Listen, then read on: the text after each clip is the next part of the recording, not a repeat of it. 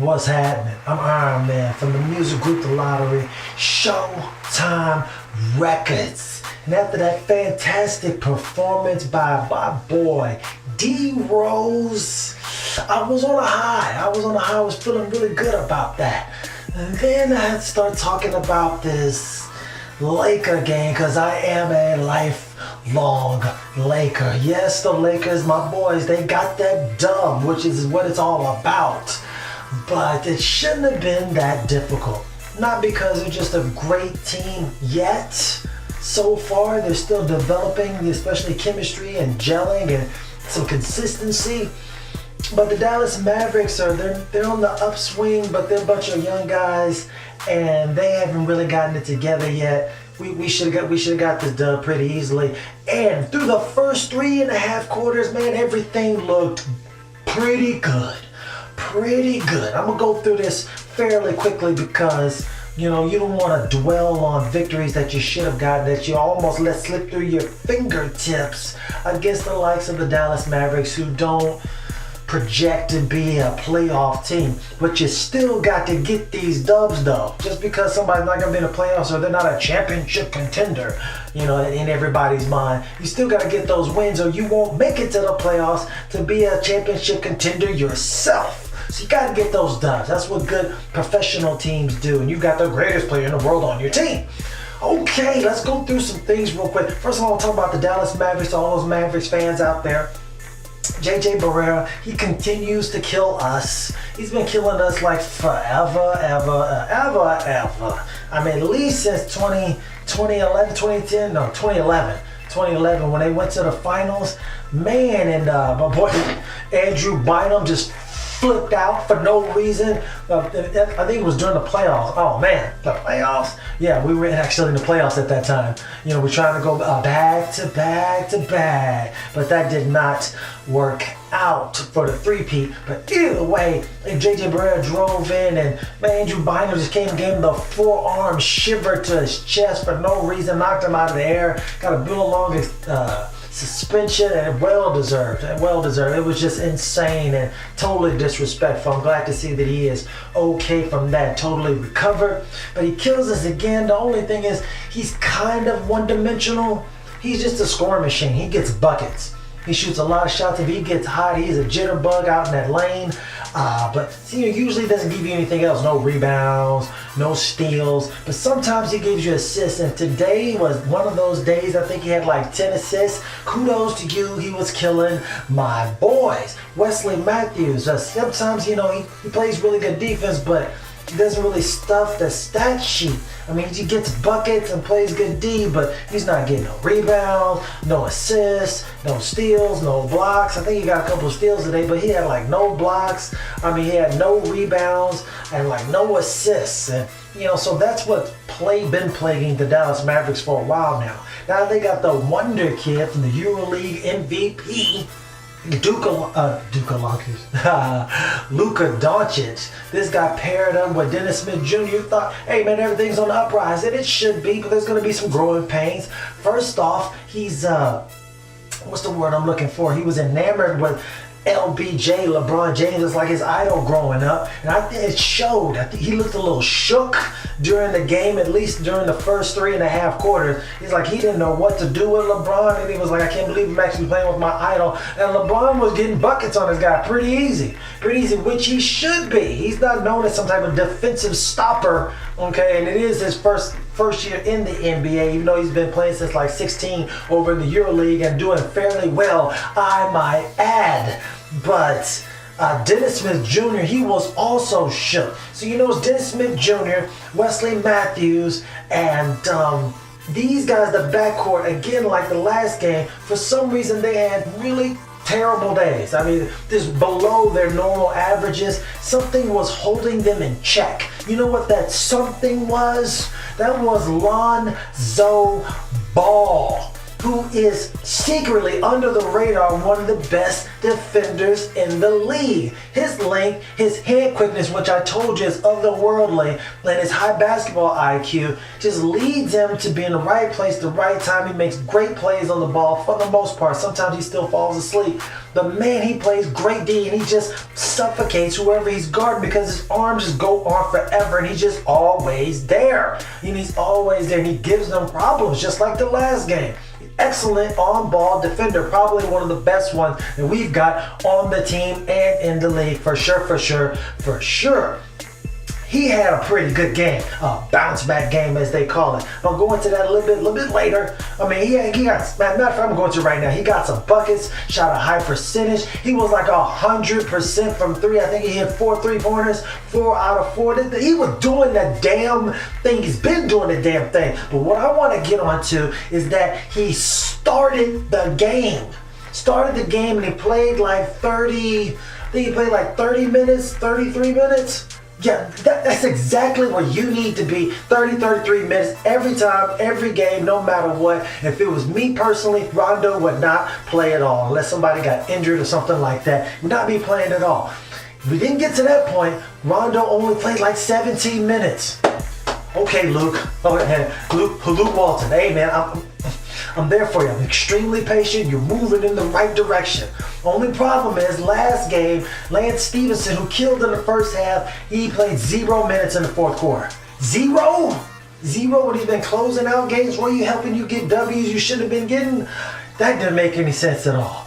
Lance played like 10 minutes today. I know he had a behind-the-back pass that went away, but does it matter that he was showboating? I mean, was that punishment? It doesn't make any sense. You know, whatever other times he's showboating, you ain't taking him out because it works. Hindsight is always 20/20. You can't say it was a good play just because it worked out. Either it's a good play or a bad play, whether it worked out or not. And then you need to coach on that same level. You gotta have an even kill about that. Can't you be like, oh, if you try something spectacular or whatever, or showboating, you know, well, I'm gonna take you out. I mean, it's just ridiculous. This is a professional sports and it's entertainment. You know, for the most time it's been working out. He's been playing Let Lance dance. Let him do what he do. Only playing 10 minutes. That's ridiculous. I know him and Josh Hart. Josh Hart played like 16 minutes. They were all in foul trouble. Everybody was pretty much fouling. Everybody was kung fu. They were fouling over there with the Lakers. They were just slap happy the whole time. But it was working for them because they were up. I think they were up like 14 or something like that. It was great game. Everything was good. First 3.5 quarters. Let me see, I told you Lonzo Ball had a great game. LeBron James, he had a pretty good game. His stats was nice, but I'm going to get to the problem in a minute.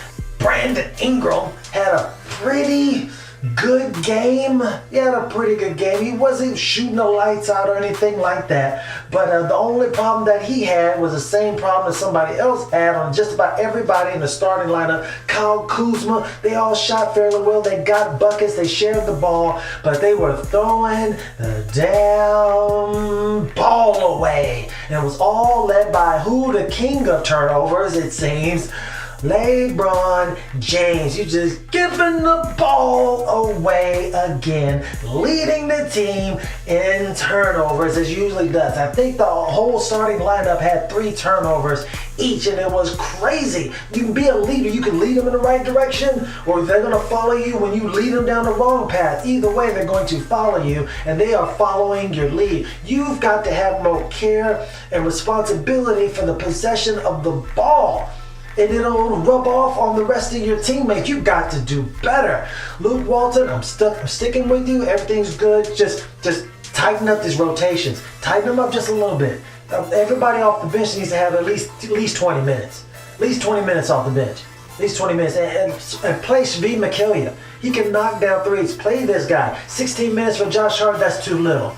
10 minutes for Lance Stevenson, yeah, that's absurd. Stop playing Rondo. The only person who should get less than 20 minutes off the bench is Jonathan Williams. I mean, he's new, but we don't want to run JaVale McGee into the ground. I mean, he is 30 years old, and LeBron is like 34 years old. And how come they played the most minutes of the game? That's ridiculous. Like the oldest guys on the team, just boggles the mind. LeBron James played like 39 minutes. I think the next nearest person was like JaVale McGee. He played like 33 minutes, or not 35 minutes, or something like that. Something crazy. What the hell are you doing, Luke Walton? And then Lonzo Ball played like 30 minutes, or what, 31 minutes, 32 minutes, something like that. What? It's absurd. It shows no rhyme or reason. Shouldn't have to play LeBron James in his 16th year when you got all these guys who can do stuff, who can ball. You playing Lance Stevenson on 10 minutes, but you play LeBron James 39 minutes. I know you need to get the win, but you need to learn how to get these wins by playing everybody and getting them comfortable and having some confidence in themselves. Just playing LeBron like 39 minutes every game is not going to do that. You're going to burn him out, and he's going to tune you out. It's going to get you fired. It's going to get you fired, Luke. I don't want to see you fired, bro. I know you want championships with my Lakers. Look, I don't want to get you, your homegrown guy. Hey, look, I don't want to get you fired. Please, tighten up these rotations. Do that. But speaking of starting lineup and the rotation, Lonzo Ball had that great, fantastic day. And do you know how many turnovers he had? You know how many he had? 0.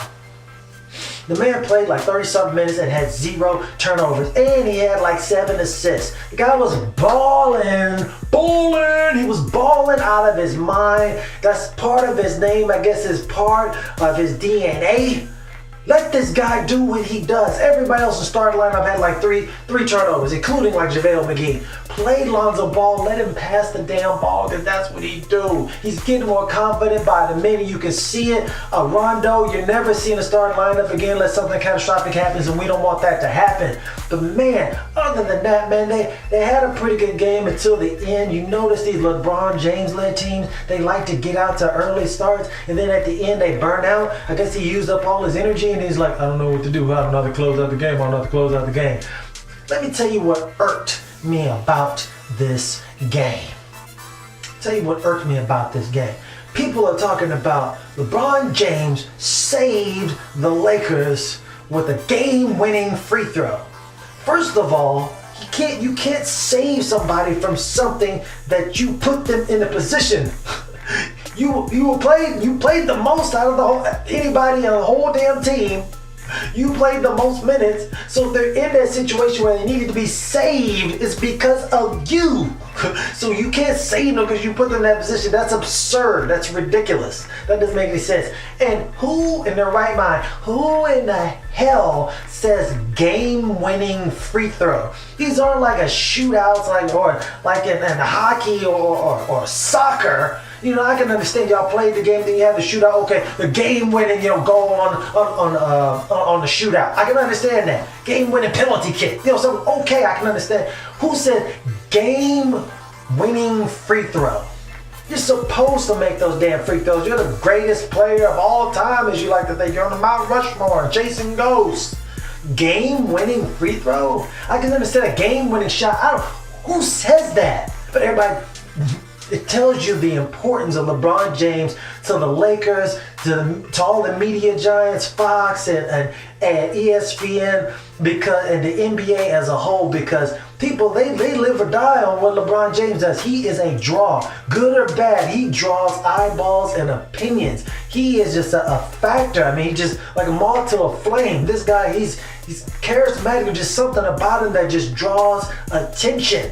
Good or bad, it draws attention, and they need to hype this guy up. And I told you he's looking fat and out of shape. People are saying he's just holding and he's saving it for the playoffs. Okay, I hope you're right. Hope you're right, because man, he looks slow. He looks unathletic. Can't jump very high, not quick, and it's just making his defense even worse when he decides to play it. But man, this guy's getting a bunch of layups and stuff, and those are what the highlights are. Don't believe me? Roll that beautiful beam footage. Best hug it up now, Lance, because you only going to get about 10 minutes this game. Luke is tripping. I don't know what he on right now, boss. Okay. Now we got the game started in that mid-post area. Turn around, fall away. Not bad. Not bad. Okay. Never been mad at a nice little fall-away jumper. Driving in, Dennis Smith Jr. What's going on? JaVale McGee to put the fear of God into him. That's why he's my pick for Defensive Player of the Year. And then no one stops LeBron James, and he gets a layup. Okay. Man, that wasn't even really great defense. Everybody was paying attention, but Dennis Smith Jr. just lost the ball. What's up with this guy? That didn't make any sense. Another layup by LeBron. Okay, I'm noticing a theme here. He said, wait a minute, let me change it up. Let me knock down this three. I was shooting like 14% for the year. I'm trying to bump it up to about 20. You get this spin move, power my way through you. I'm not mad at it. If it's working, it's effective. Let's go and get these buckets. But man, on a highlight film, this is a high school game. What is this, rec league? Okay, let's see LeBron. Let's see. Show me something fantastic. Okay, through the legs. He must have been watching Lance Stevenson. Back through the legs. Pull up jumper. All right. Okay. Let's go. Yeah, he's dancing. He didn't really shake him. Oh, and that was a travel. That was a travel. He hopped on that foot and slid it. Look at that foot. Watch him move it. Oh, yeah. Yeah. That right foot. He's looking at the camera like he did something awesome and spectacular. It was hard for me to even get excited about that. And I'm a lifelong Laker. But what I can get excited about is you guys subscribing to the channel, hitting that notification bell so you'll learn it every time there's a brand new video. If you think they may enjoy the content, feel free to share this with your friends, your families, your homies, your neighbors, your BFFs forever, your boss, your co-workers, your fans, and your followers. I'm Ironman from the music group theLottory, Showtime Records, and it's just how I see it. Be blessed and Godspeed.